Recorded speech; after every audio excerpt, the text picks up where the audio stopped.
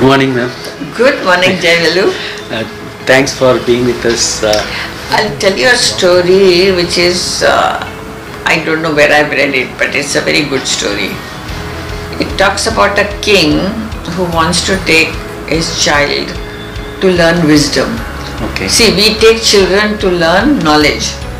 But this king said, I want my son to be a wise king. Therefore, he must go to a wise teacher who will teach him wisdom of life and governance.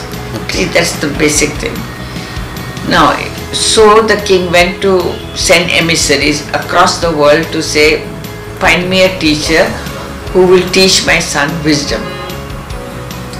So all the emissaries go and finally all come back, and one said, I have brought the best teacher in astrology. One says, I brought the best teacher in languages. One said, I brought the best teacher in science. I have brought the best teacher in history, geography, poetry, literature, etc., etc. But nobody says they've been able to find a person who can teach wisdom.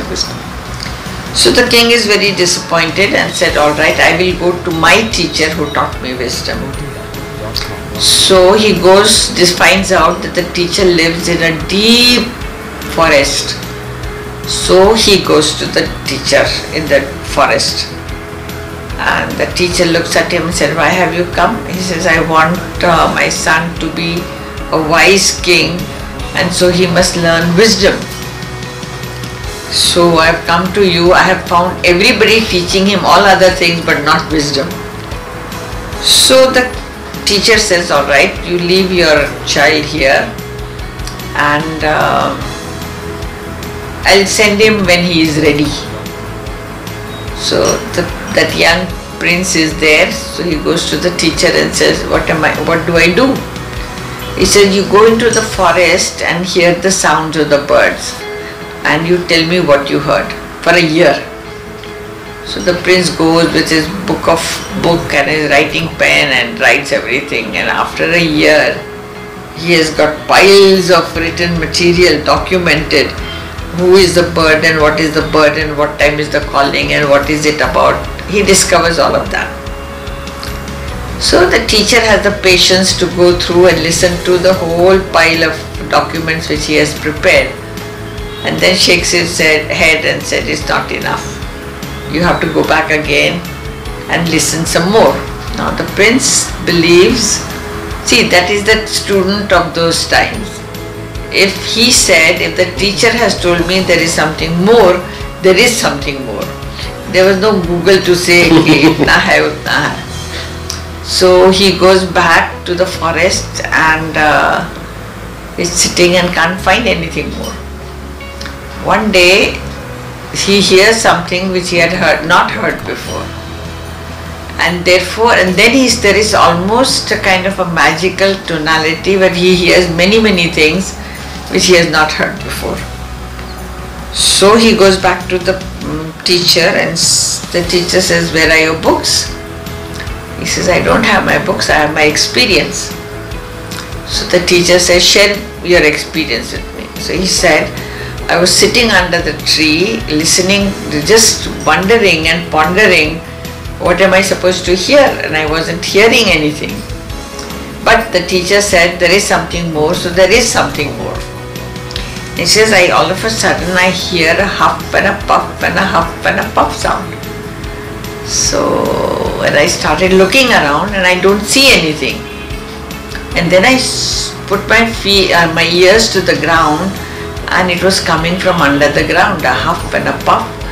A tiny seed was struggling to come out of the earth, and that was the sound. And then all of a sudden a tiny plant popped out of the earth.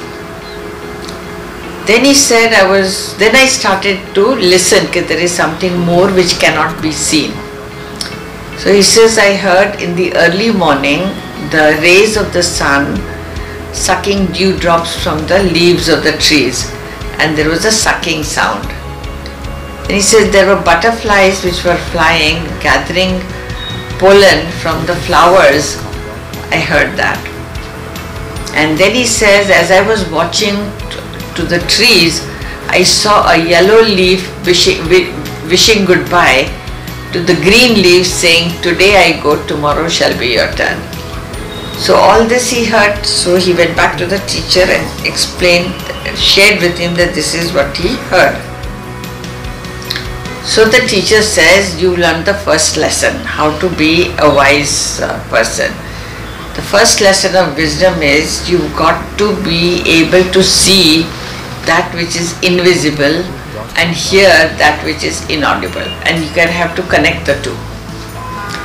So in order to be a wise king, you must be able to listen to the people's angst, which is generally not shared and not talked about.